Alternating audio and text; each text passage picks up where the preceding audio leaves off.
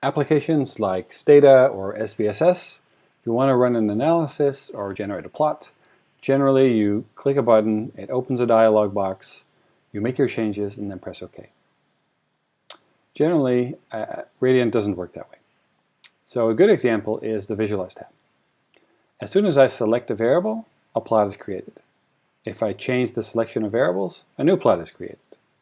If I change the type of plot, the plot type is changed. But what now if I want to create plots for multiple variables? How can I do that? Well, one way is to press the Shift key and then use the arrows to step through the list of variables. Now this works fine, but you'll notice that every time I do that and the selection of variables changes, all plots are recreated. Now that's not a big deal in this case because it's only 3,000 rows, but suppose I have a really large data set, that could be inefficient. So how can I make the selection of variables more efficient? Well, one thing I can do is press Control-A if I'm on Windows or Command-A if I'm on a Mac, and that will select all the variables once and create all the plots once. Or what I could do is select the first variable I want, scroll down, press the Shift key, and then select the last variable I want plotted. And there we go. But now suppose I want to make multiple changes. I want to group the data by some variable, aka do some faceting,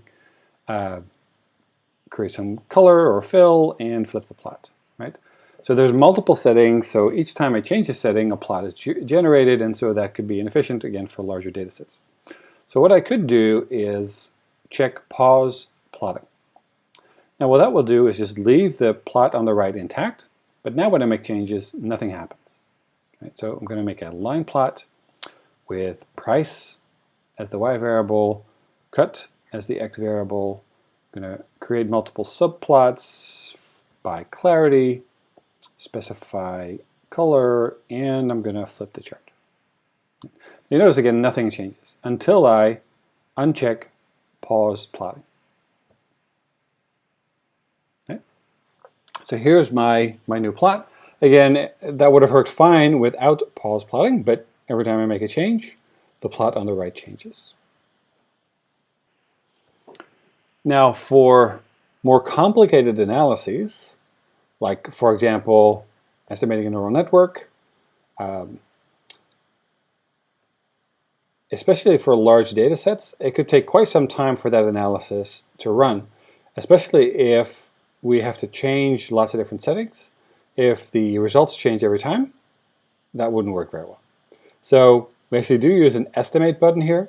We can change weights, we can change the size of the neural network, and so on. And then when we're done, then we click estimate.